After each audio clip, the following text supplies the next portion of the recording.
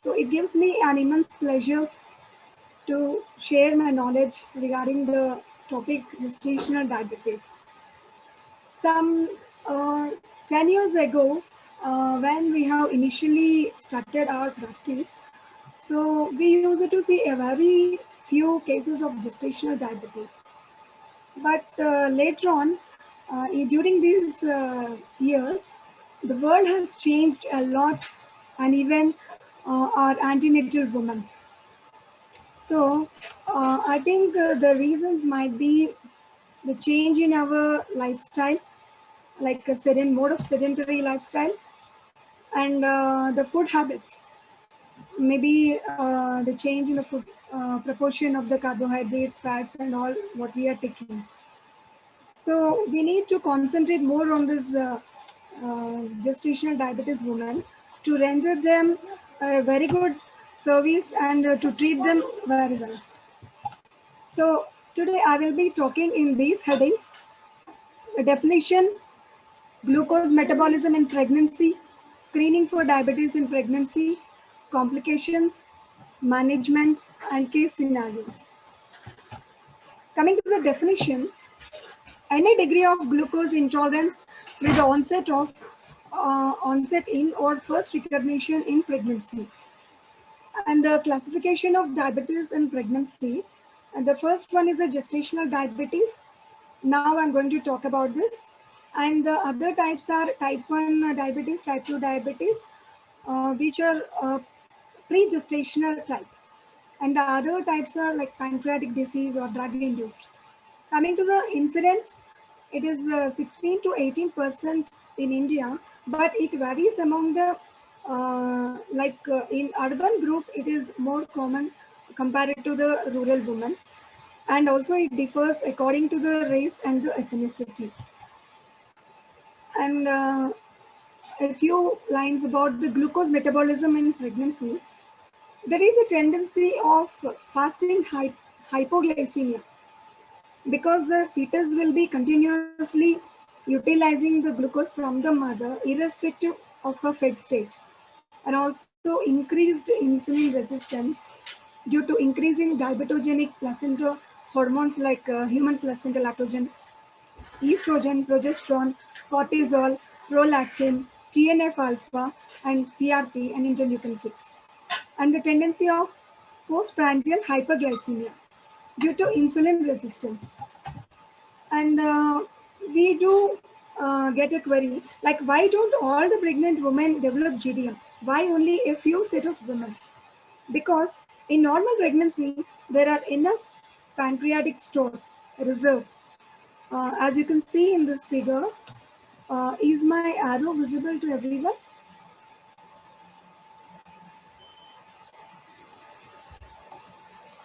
Yes, doctor.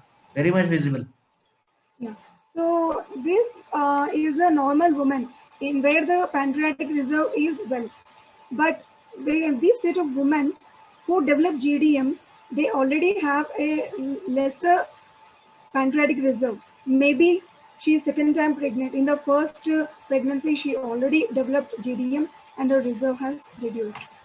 So this may be the reason for a few set of women to develop GDM.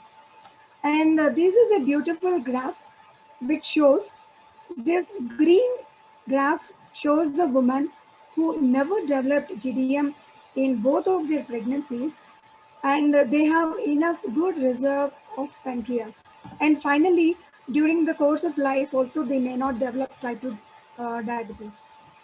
Coming to the orange graph, these women, they developed GDM in their first pregnancy.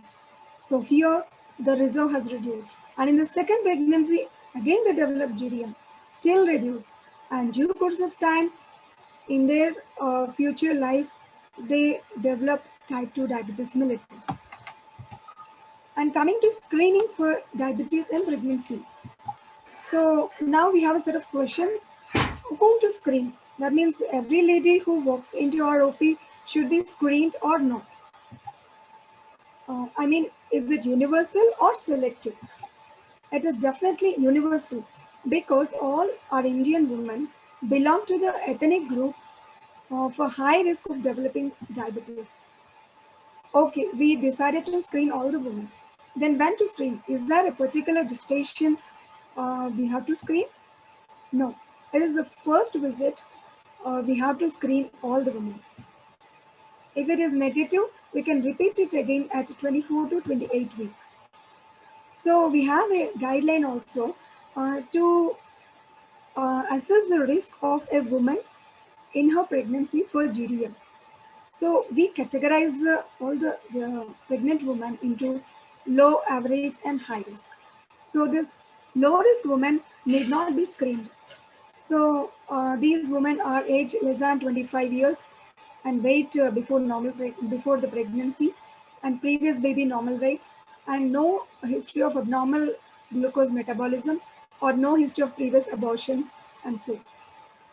And but anyhow, our Indian women, as I've already told, they come under the set of women who have high risk to develop GDM. So by default, all our women comes under high risk category. And in addition, so the woman with severe obesity and with strong family history of type 2 diabetes, and the previous pregnancy also she had gestational diabetes and impaired glucose metabolism. So all these women, we need to anyhow screen them in the first visit itself and repeat again at 24 to 28 weeks. Okay, we decided to screen. Now how to screen them? So there are so many guidelines to give the screening protocols. There is a one-step approach and a two-step approach. In this one-step approach, we can diagnose the GDM and the overt DM. So we label her as GDM if her fasting blood glucose is 92 to 126, and we label her as overt DM if her fasting blood sugar is more than 126, or her random sugar more than 200, or HbA1c more than 6.5%. Coming to the two-step approach, it is an ACOG recommendation.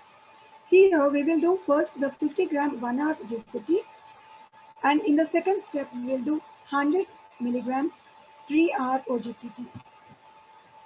But for most of the Indian women, we recommend IADPSG or DIPSI protocol. So coming to the IADPSG protocol, here we will do 75 gram 2-hour OGTT. So we will take a fasting sample. After the 75 grams glucose, we will take first hour, second hour samples. So the cutoffs are 90 to 180 and 153. Any one of the value is high, we label her as GDM. Coming to the DIPSI protocol, which is very comfortable for our Indian women, even in the rural setup. Here, we give 75 grams of glucose irrespective of her fasting state. So the time she walks into the OP, we can give her glucose, and after 2 hours, we can take her blood sample for sugars. If it is more than 140, we will label her as GDM. If it is between 120 to 140, we will label her as impaired glucose tolerance. So this has more advantages as there is no need of fasting, I already said. And the other one is compliance is also good. It is more acceptable to the woman rather than coming in the fasting and again 1 hour, 2 hour taking 3 samples. And I have a few doubts like can HbA1c used for screening GDM? No, because the levels keep on changing for HbA1c in pregnant women, in especially in iron deficiency anemia and hemoglobinopathies, and also physiologically due to hemodilution also, it may show less value. Can random blood sugar be used as a screening? No, it is not effective. A few words about the HAPR study, that is hyperglycemia and adverse pregnancy outcome study. Here, 23,325 women between 24 to 32 weeks of pregnancy has underwent 75 grams OGTT. So, analyzed they analyzed the association of the level of glucose intolerance with the fetal outcomes like the weight of the baby and whether she has undergone cesarean section or the neonate has developed hypoglycemia and all this. So finally, they concluded that the increasing plasma glucose levels were definitely associated with adverse fetal outcome. And coming to the complications, so for maternal and fetal complications, coming to maternal complications, she may develop gestational hypertension or preeclampsia, polyhydramnios, preterm labor. She may develop infections like urinary tract, vaginal, preoperatorial sepsis, and there is a risk of cesarean section, maybe due to macrosomia or other factors, or she may undergo operative delivery, forceps or vacuum, or she may, very few cases, they may develop uncontrolled over diabetes and they may develop ketoacidosis also. Coming to the fetal complications, in women with overt uncontrolled diabetes, they may have miscarriages or congenital anomalies or fetal growth restriction. In cases of gestational diabetes, they may have macrosomia, prematurity, and late IUDs also seen. So we may have a doubt why this macrosomia occurs only after 32 weeks. Why not before? Because the maternal blood glucose crosses the placenta, but insulin does not cross. So the hyperglycemia in mother reflects in the fetus and it stimulates the fetal pancreas to produce insulin. But in the fetus, the pancreas develops beta cells by 11 weeks, but they respond only from 32 week onwards. So that's why the fetus develops macrosomia only after 32, mostly after 32 weeks. So coming to the neonatal complications, the baby may develop respiratory distress syndrome, prematurity, hypoglycemia, hypocalcemia, hyperbilirubinemia, polycythemia, and cardiomyopathy. So that's why for every case of JDM, we need a neonatologist support. Coming to the fetal programming in GDM, that means now I'm going to talk if the baby is exposed, like mother is having GDM and this baby is born in this baby's future life, whether this baby will develop type 2 diabetes. Yeah, definitely. Because in GDM women, if it is an overfed stage, that means the hyperglycemia, more of hyperglycemia in the mother. So in the fetal stage itself, the fetus pancreas secretes more insulin than normal. So this will lead to beta cell exhaustion, and the baby, when after born and in her future life, she may develop type 2 diabetes. Now we will come to other scenario. If the mother is underfed stage, that is maternal starvation, here also the pancreas production in the baby will be less. So there will be a position of plasticity in the fetus. So again, here also the fetal pancreas get compromised. And finally, this may lead to the type 2 diabetes in future, in the childhood or in her adult life. So that's why if we see this graph, fetal programming in GDM. So if the mother is underfed or overfed, the baby may develop type 2 diabetes. The baby will be healthy only if the mother takes normal diet and maintains her blood sugar. And coming to the management issues, first of all, we have to educate the patient because she need to get adjusted to her new diet, like medical nutrition therapy, or she has to start new exercises, and she has to have the knowledge, acquire the knowledge of monitoring her own blood glucose. And we have to discuss with her regarding the maternal and fetal monitoring. And next, we have to plan her delivery accordingly. Coming to the management, uh, preconceptionally also. That means we can recognize the women who are at high risk of developing GDM, like those who are obese or polycystic ovaries. We have to advise them to lose weight prior to the pregnancy itself. So once she is diagnosed as GDM, now how to manage her? In the antenatal period, we divide her treatment into medical and obstetrical. Coming to the medical management, we have to put targets like for fasting, it should be equal to or less than 90 milligrams per deciliter, and 1 hour is 140, and 2 hours it is 120. And the permitted weight gain during her pregnancy depends on her BMI. If she has normal BMI, allow her to gain weight 11 to 16 kgs. So this we have to install in her mind, and we have to give the target weight. Like according to her weight, we can add the permitted weight and put in the block letters on her OP sheet so that she will try to maintain that weight. For overweight women, only 7 to 11 kgs allowed, and obese women, only 5 to 7 kgs allowed. So coming to medical nutrition therapy. So we have to uh, calculate the total calorie requirement. It also depends upon the weight. If she is normal weight, 30 kilocalories per kg. If she is overweight or obese, 22 to 24 kilocalories. If she is moderately obese, 15 kilocalories per kg.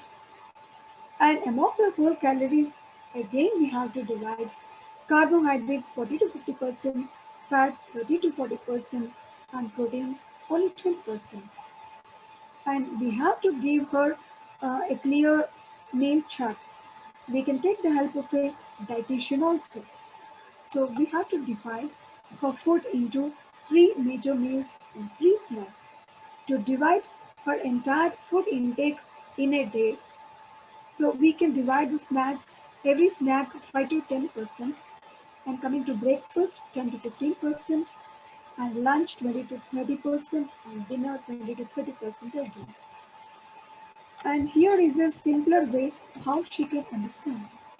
So we can explain her that she can take handful of vegetables, that if we divide her plate with 9-inch diameter, half of it should be filled with vegetables.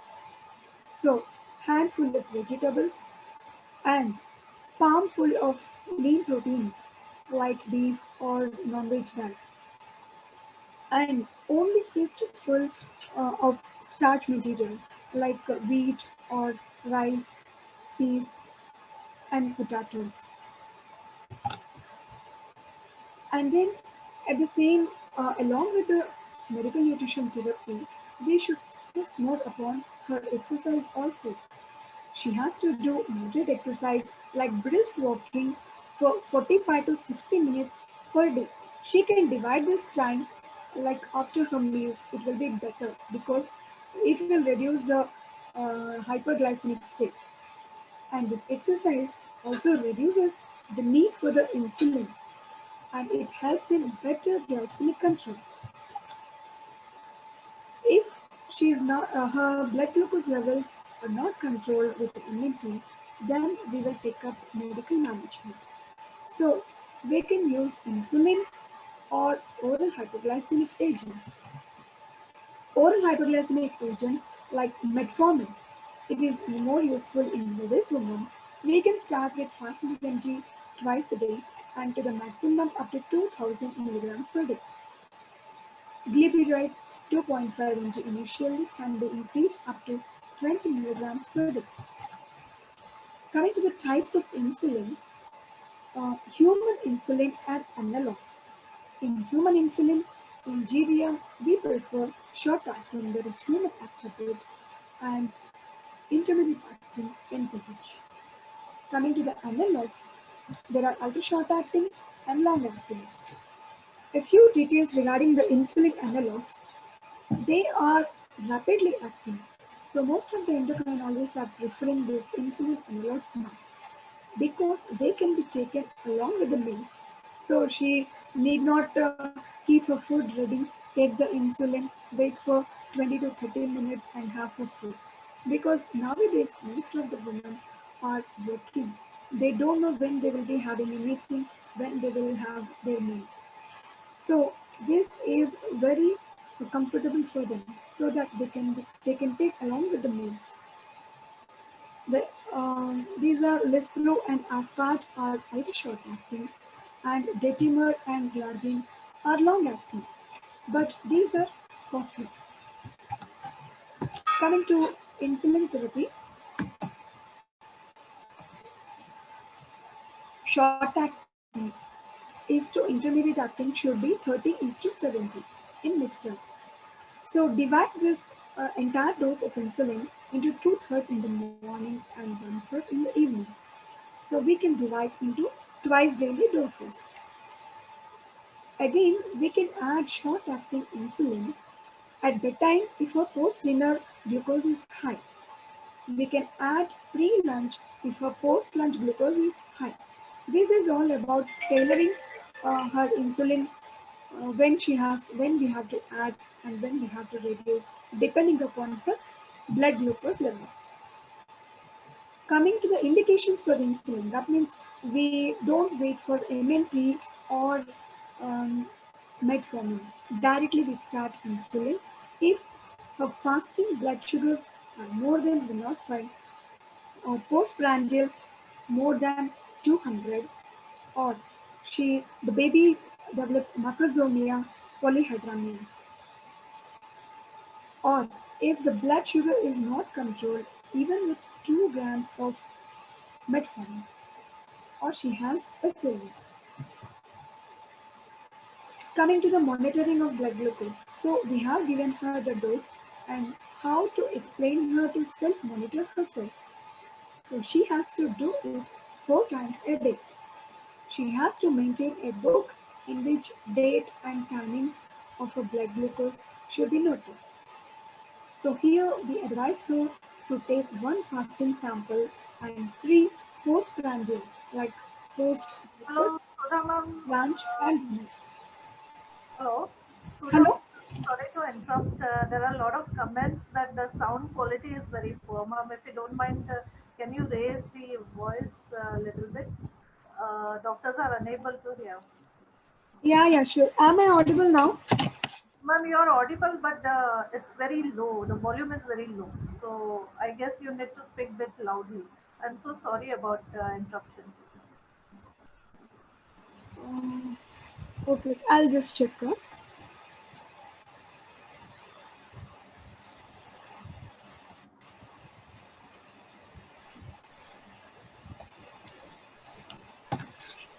Um, how is it now? Ma'am, yes, it is better, slightly better here. Or shall I use my headphones and see? Uh, yes, ma'am, that would be great.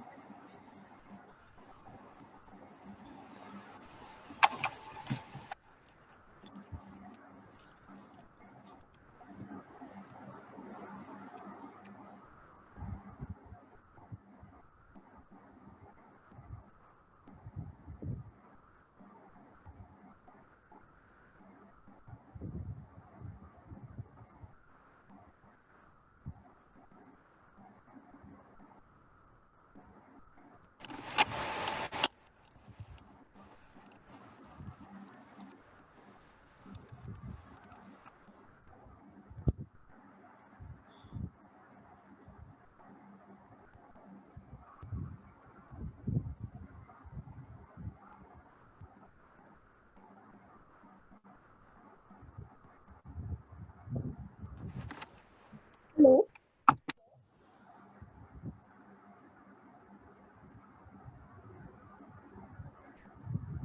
No, ma'am, you are not audible. Chitra, can you help ma'am with this audio?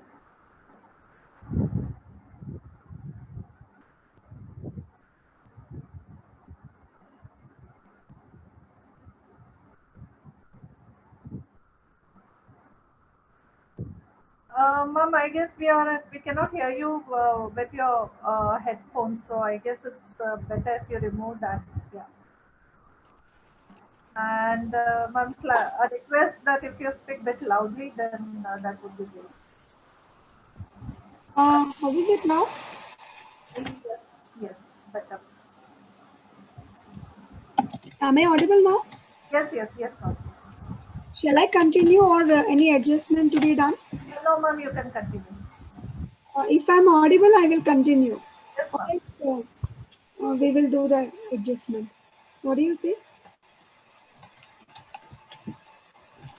Hello? Yes, ma'am. Shall I continue with my slide? Yes, ma'am. Yeah, ma'am. Please continue, ma'am. Yes, Yeah. continue. You might have told me in the beginning itself. So I think I have suffered all of you. No, no, ma'am. With the headphone, it is very good. I mean, those who are listening with headphones. Yeah. Without headphones, the sound is slightly low, but that's okay. We can continue. Okay, okay. Shall I continue now? Yes, yes, please. Yeah. So the monitoring of blood glucose, we will advise her 4 times monitoring, like fasting, 1 fasting and 3 postprandial sugars. So this is to be done till her sugar levels are controlled, and then every 2 weeks till 32 weeks, and then once a week till delivery. So coming to the recent advances in this glucose monitoring and insulin pumps. So now we have got the subcutaneous monitoring of blood glucose levels continuously, and also sensor augmented insulin. That means already preset according to her blood glucose levels. The insulin dose also adjustment will be done by the whether it's manual or computer adjustment can be done. But these are not available to all of us now. They are used only in the selected cases. They have proved that the pregnancy outcome is not better than multiple injections. So we need not worry much about these systems and all. But in future, they may come. So they offer the potential of an artificial pancreas to avoid undetected hypo or hyperglycemia. And the current treatment paradigms are metformin, insulin, and inositols. So each of them have their pros and cons. Coming to the metformin, the pros are they attacks the insulin resistance. With wide experience, we can start off the metformin.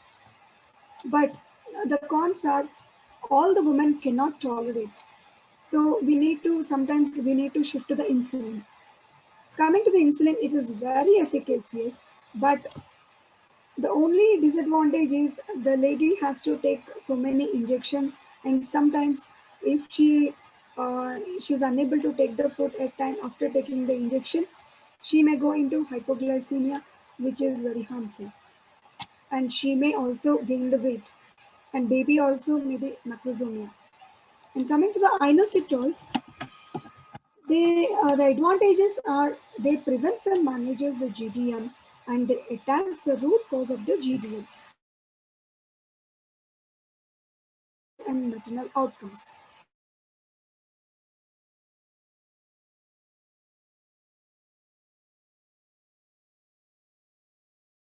In GDM management, they cause they normalizes the insulin signaling and glucose metabolism. This in turn leads to insulin reduction in the insulin resistance, and finally, the blood glucose will be normalized. Coming to the management of diabetic ketoacidosis in pregnancy. So very rarely we come across this ketoacidosis. So any woman with gestational diabetes who is unwell, get her ketones done, and check her arterial blood gases and blood glucose and electrolytes.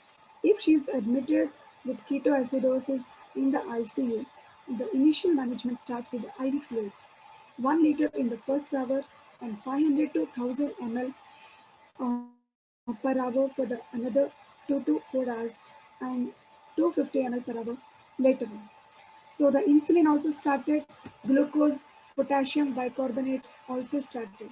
All these are done with interaction with an intensivist. Coming to the obstetric management, so this is our main part. we have to do ourselves. So this we should be very thorough. So the coming to the first, we have to scan her in the first trimester to know her exact gestational age, because while planning her delivery, we should be sure of her gestational age. And in the second trimester, PIFA scan and MNT and exercises. And we have to evaluate her for macrosomia at 28 to 32 weeks by scan. And again, repeat scan every 4 weeks. Coming to fetal monitoring, if she is GDM on diet only, there won't be much specially monitoring. It is routine monitoring. Coming to the GDM with hypertension or suspected FGR, then we have to start monitoring from 28 weeks onwards, every 3 weeks, growth and AFI. And Dopplers in GDM. This is not required routinely, but only if associated preeclampsia or FGR is there. And now, always we have a doubt when to deliver her. This is the main part in her management. So if she's GDM on diet, no other complications, sugars well controlled, we can wait till 40 weeks, but not beyond that. If she is GDM controlled with metformin, we can deliver her at 39 weeks. If she is GDM on insulin, deliver at 38 weeks. And if she develops macrosomia or hypertension, 38 or 37 weeks. But cesarean section should be performed only for obstetric indications. Coming to the intrapartum management, when she sets into labor, put the target glucose level below 140. If she is GDM on diet, monitor her blood glucose 4 to 6 hours. If she is GDM on insulin, uh, if we plan for elective section or if we plan to induce, then we give the usual bedtime dose previous day, but we withhold the glucose withhold the doses on the day of induction or elective section. And we can start IV infusion with 5% dextrose, and we have to monitor her glucose hourly. And if we are planning for vaginal delivery, anticipate for shoulder dystocia. My slide got stuck actually.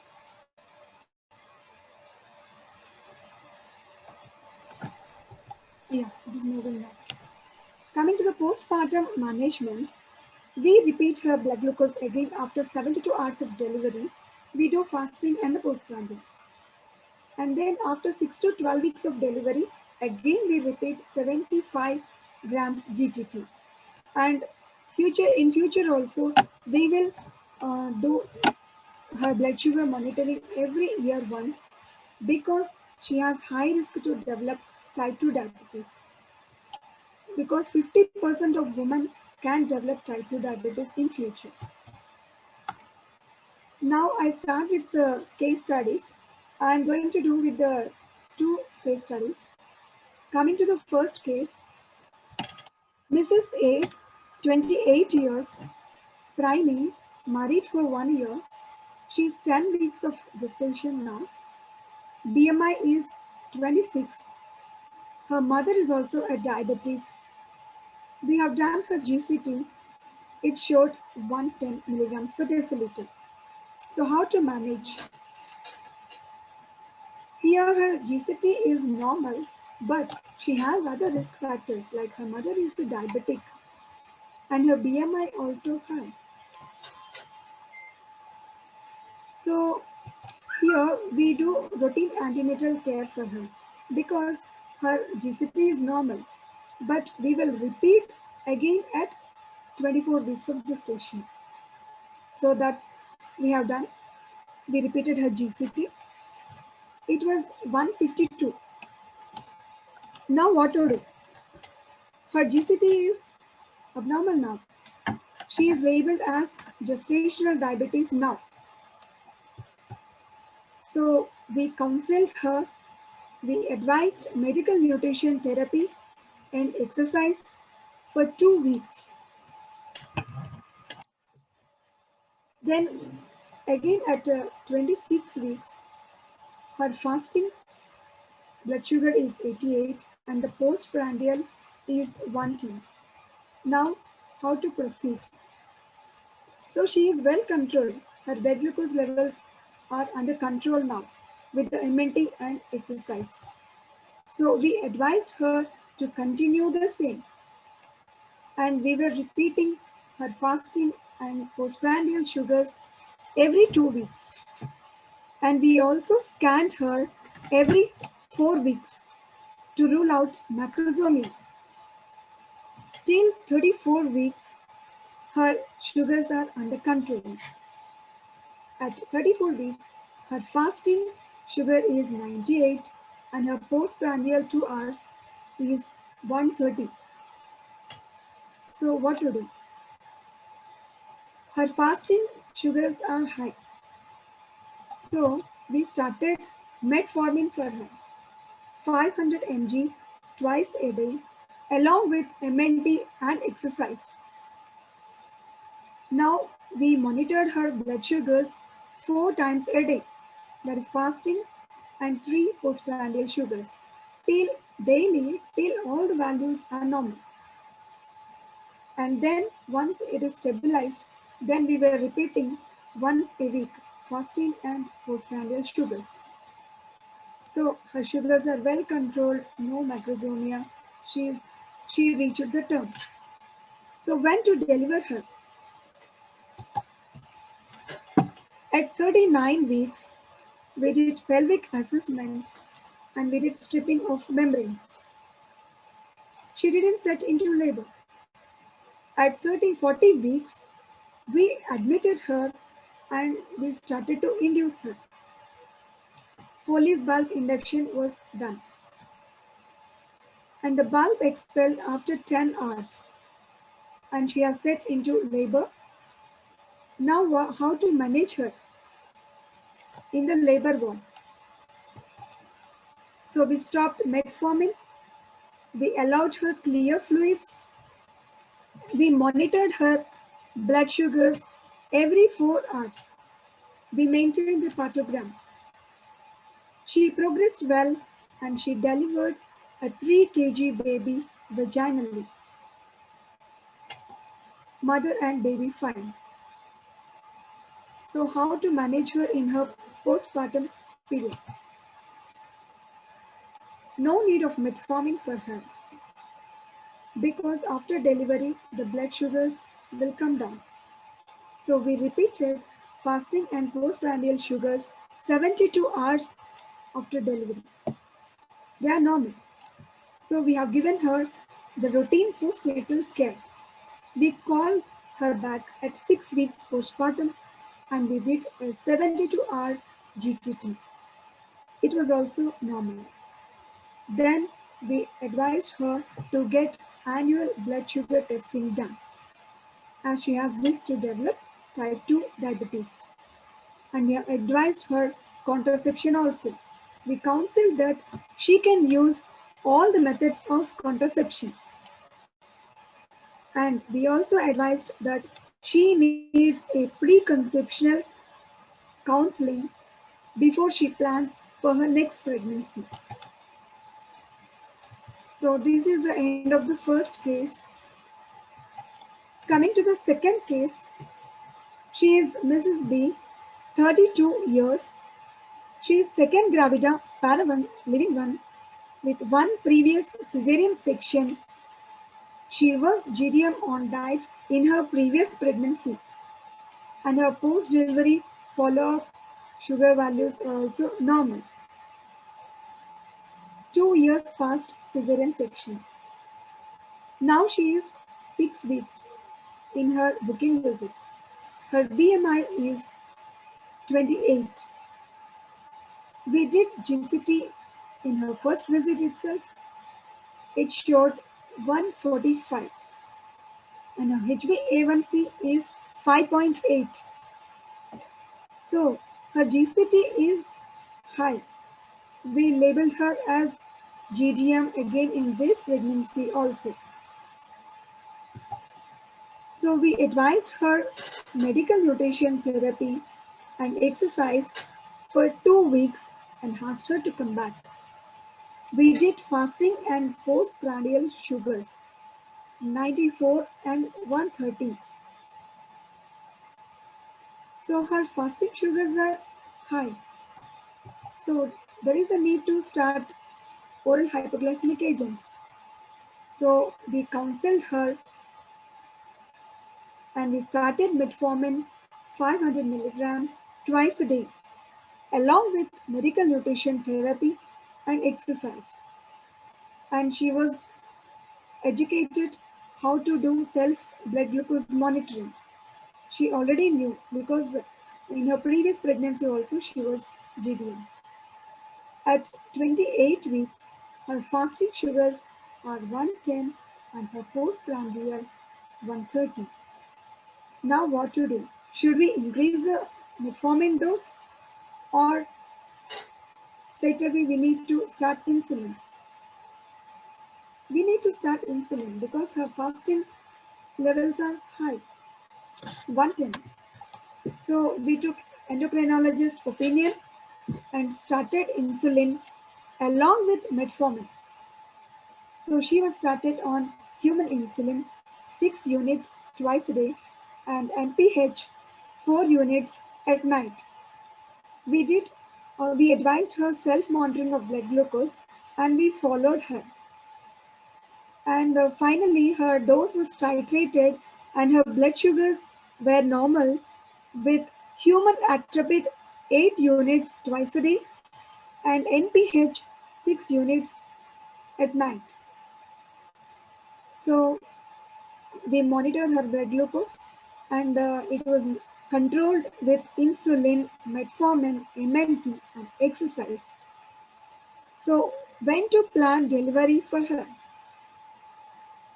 She is a previous cesarean section. So we have planned for an elective cesarean section for her at 38 weeks.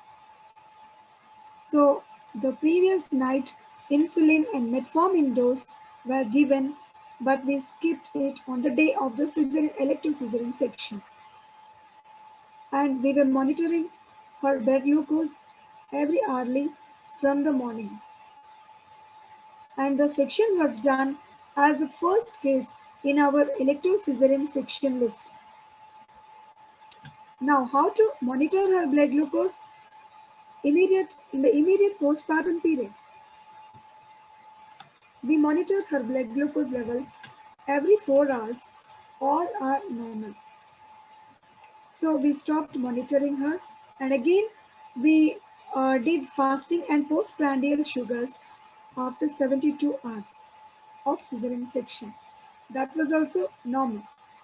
And again, at 6 weeks postpartum, we called her for 75 grams GTT. That was also normal. So, what contraceptive advice we can give her? So, copper T will be the best option for her. Even progesterone only pills also can be given. So, we motivated her for permanent sterilization in her future. So also we gave her advice regarding her lifestyle in future that she has to maintain normal BMI with the diet and exercise. And we advised annual blood sugar testing because she has very high risk to develop type 2 diabetes. So thank you for patient listening. So I completed with my slides. Any queries we can discuss now? Yes, ma'am. Thank you very much. Thank you for that nice presentation. Especially the case-based discussion was very nice, and the management was very apt. So thank you very much. And yes, if there are any questions, I will read out to you. There is one question from the doctor, especially management of ketoacidosis. So the question is, what kind of fluids and to be given administered and as far as ketoacidosis is concerned? We advise isotonic normal cell line. In cases of ketoacidosis, usually they will be admitted in the ICU, and we take the help of the intensivist also to titrate their doses and the fluid management, arterial blood gases, everything should be monitored, and we need the help of the intensivist. But initially, we can start off isotonic normal saline 1 liter in the first 1 hour, and later on we can reduce it. Thank you, ma'am. Kindly requesting to all the doctors, if there are any questions, please post it in the chat box.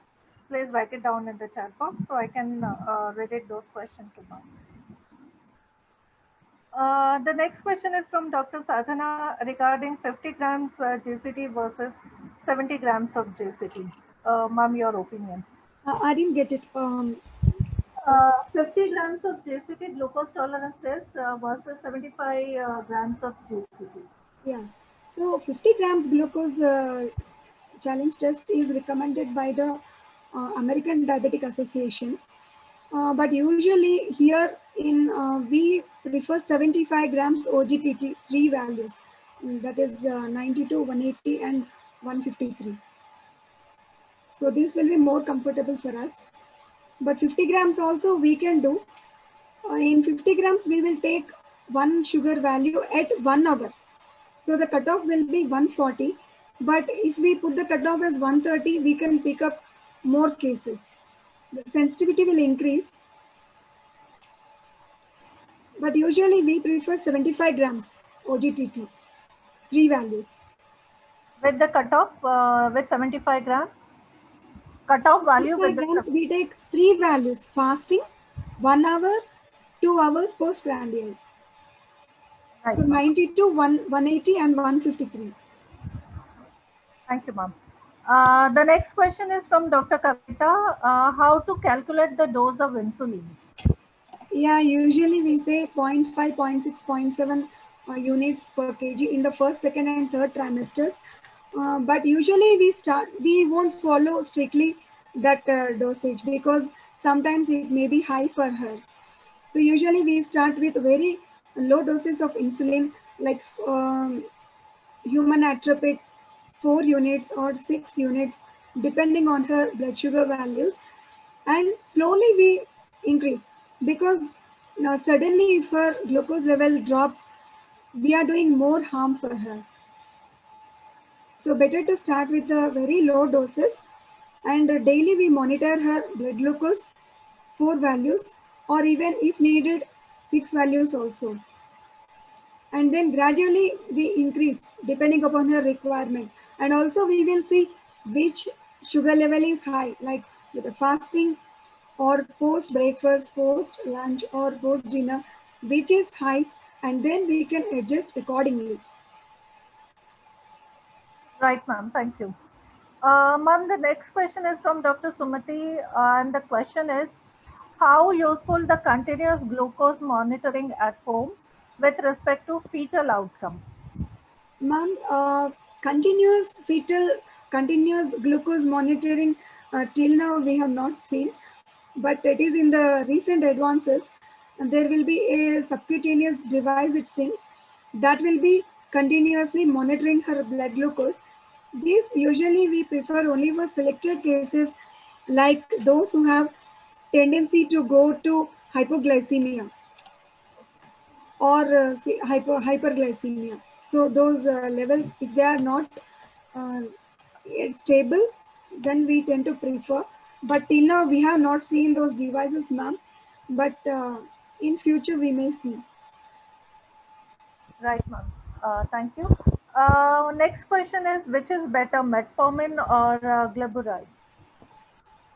Usually we start with metformin only. I have little knowledge about glyburide, because the institutions where we did, all they have preferred metformin only. Right, ma'am. The next question is, do you advise insulin after lunch? I mean, at lunchtime, Yeah. before lunch. Actually, this human actrapid, it will give its peak after 30 minutes of injection. So she has to take the injection wait for a while, about 15 to 30 minutes, and then take her food so that the peak hyperglycemia in her after food and the peak insulin levels both coincide. Because if she takes after the food, her immediately after food, her blood glucose levels will rise. But by the time insulin won't be working, human atropine. That's what I have told. Insulin analogs, nowadays we are preferring this pen injectors because they can be taken along with the food, and also it mimics the natural insulin produced in our body. So the peak hyperglycemia for the woman and the insulin levels what we have given also coincides, so that she may not have abrupt hypoglycemia or abrupt hyperglycemia. Okay, right, ma'am. Ma'am, the question is again post in GTT postprandial after 1.5 hours. I guess we have already covered this point that fasting 1 hour postprandial and 2 hour postprandial. That is the Yes. values we are taking, right? Yes. Okay. The next question is from Dr. Geeta. The question is, can lemon be added in 75 grams of glucose? Because many women will complain nausea with plain glucose. Yeah, this is a common scenario which we usually come across. So we can give them time, like they can drink it in 5 to 10 minutes. No need to rush and take all the glucose water at a time. And adding of lemon, I don't have any idea because some women tend to vomit after taking this glucose. So usually what we do is if she vomits within 30 minutes after taking the glucose, we don't consider that levels and we will take a fresh value later on. If she vomits after 30 minutes, then okay, we can take that value. And adding of lemon, I have no experience in that. Right. Thank you. There is a comment from Dr. Sumati again. We have to say about increased incidence of preeclampsia. So, your opinion, ma'am. Yeah, it is definitely rising because when we were doing our post variation some 10 to 12 years ago, we saw a very few cases of gestational diabetes. We were not confident of treating them at that time. We used to see more of pre-eclampsia and eclampsia cases. But now, in our day-to-day OP, we are seeing a lot of gestational diabetes women. So we need to study and we need to get updated because so many newer advances are coming, and the women also they need a real concern, and they need to be screened and they should be treated perfectly. And even first we should be perfect in treating them. We should know all the protocols because they should be benefited from us. Right, ma'am. Thank you. Ma'am, the next question is, this is a JDM patient. Patient is on insulin. So what is your comment regarding steroids use in preterm? Yeah, sometimes we need to give betamethasone for her for the lung maturity of the baby in a woman who is already using insulin. So that times in our institutions we use it to admit her, monitor her blood glucose, 6 point blood sugars, and then because she may need an extra insulin during the betamethasone doses because the steroid will increase the blood sugar. We need to titrate it. For the time being, we need to increase the dose of insulin according to her blood sugars. And again, after once we finish the betamethasone doses, then again her blood glucose may come to the previous values, and again we have to reduce the dose. So it will be better if she is under our monitoring rather than home blood sugar monitoring when she is taking steroid. Right, ma'am. Thank you. The next question is action of inositols in gestational diabetes. Yeah, nowadays we are seeing a lot of polycystic ovary women. So they are already on metformin and this myoinositol and dechloroinositol.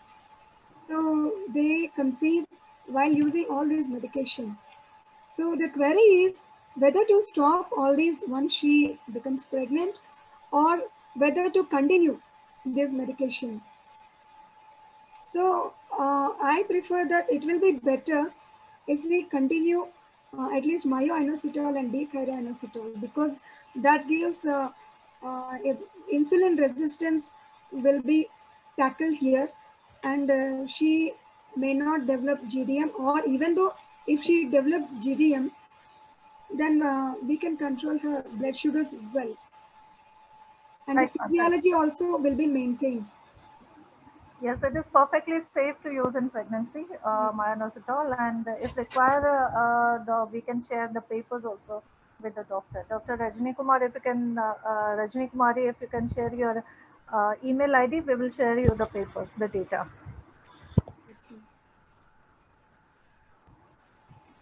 The next question is from Dr. Geeta. If in GTT, if one of the value is increased, then how do you manage? Even if one value is increased, we label her as gestational diabetes.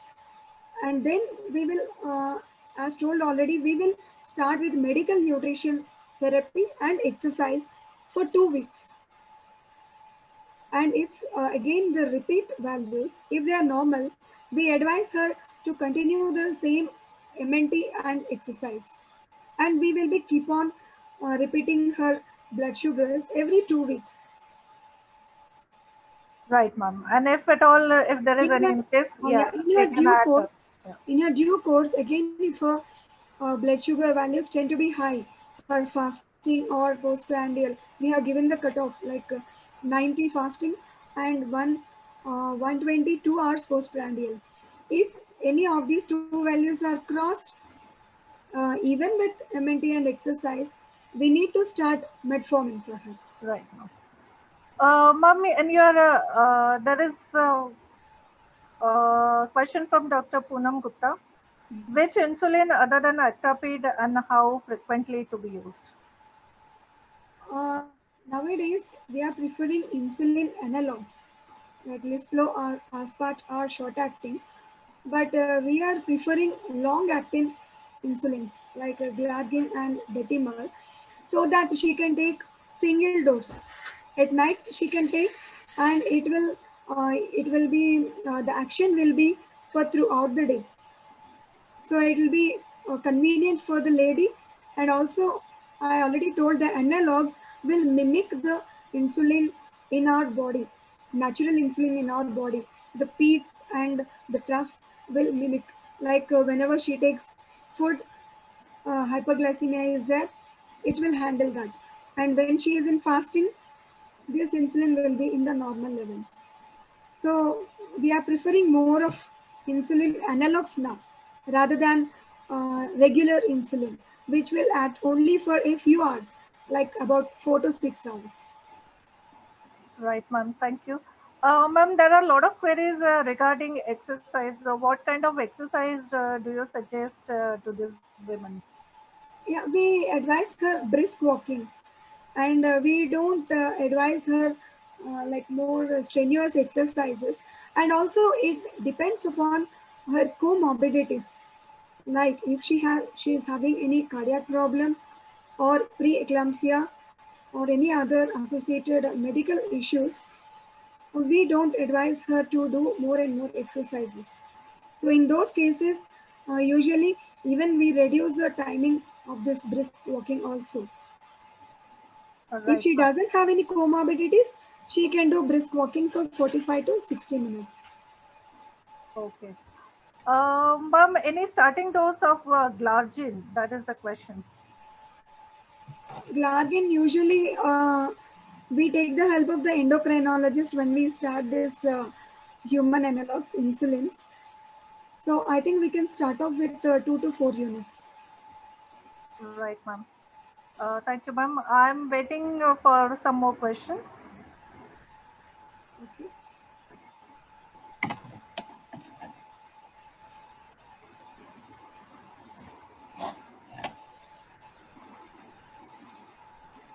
even I had lot of queries from the beginning regarding this GDM, because I already told previously there are not much cases, but now so many cases.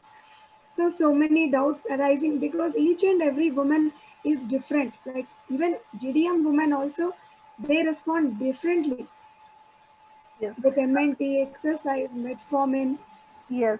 We have to tailor for each and every woman. We cannot generalize the treatment. Right.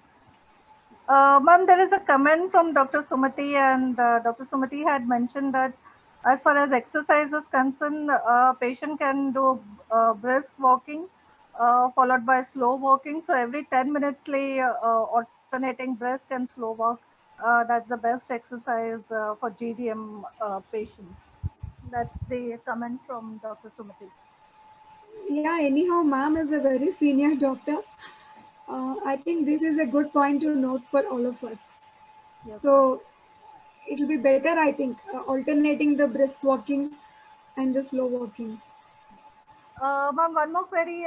Can we share your presentation because a lot of queries are there? Yeah, sure. Yes. So yes, doctors, we will share the link to all of you. I mean, the link would be sent to the emails with which you have registered. So to your registered email ID, we will be sending the presentation link. So thank you. And one last question, ma'am. Whether we can give Glargine at night? Yeah, usually endocrinologists prefer giving this in the night because the it will tackle the fasting levels also. Yes, ma'am. Uh, yes, there are many comments that the presentation was very good, and many have sent you the congratulatory notes. Many Thank you thank you. very much. Thank you. Yeah, many thank you notes are also there. Yeah.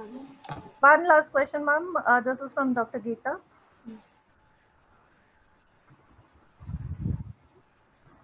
Okay, so post-COVID, pre-diabetic patients are becoming diabetic due to steroid use. So how to manage? Uh, I didn't get you. In the post. Yeah, in this COVID era, the pre-diabetic patients are becoming diabetic due to steroid usage. So how to manage these patients? That means in the pregnancy already she is pre-diabetic and she is on steroid, Yes. or she need a steroid for the lung maturity. Ma'am, that clarity is not there. So in the question, so probably you can answer both ways. I mean, Yeah, maybe in the post-COVID era, during this COVID time, many pregnant women uh, didn't get the opportunity to get the screening and all. So many cases were in fact missed during the months of, I think, from March to June. Again now they are coming back having the screening test and all done, and many of the women were diagnosed as gestational diabetes. So if I take it in the two scenarios, like already she was on steroid, suppose for bronchial asthma or some other reason, or SLE, she is using steroid. So her blood glucose levels will be still more high due to the steroid. So she needs a very strict monitoring. Might be she may need insulin also.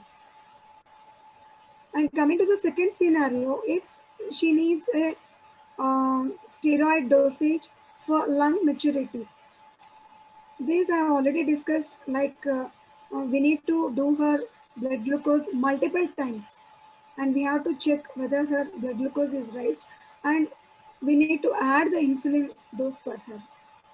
As she's pre-gestational diabetes, better to prefer insulin for her and monitor her blood sugars. I think I have clarified, or else yes, ma'am. you can elaborate your question. No, ma'am, that was the question. Basically, both the scenarios doctor wanted to understand. So you have clarified both the scenarios. So thank you very much. Okay. Ma'am, I don't see any additional questions. So no more questions are there. So thank you, ma'am. Thank you for this elaborate Q&A session. You have Thank you answered. all the viewers for patient listening and bearing me. For some of the time, my audio is not good. It seems. No, ma'am. We managed to have it. So thank you very much. Great presentation, and we would be sharing your presentation with all the doctors. So Okay. I also thank thank Shield Healthcare for giving me this opportunity. thank you, ma'am. Thank you very much. Thank you, doctor. Thank you very much. Welcome.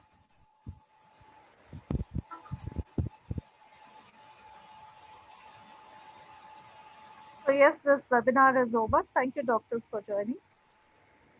Thank you all the viewers.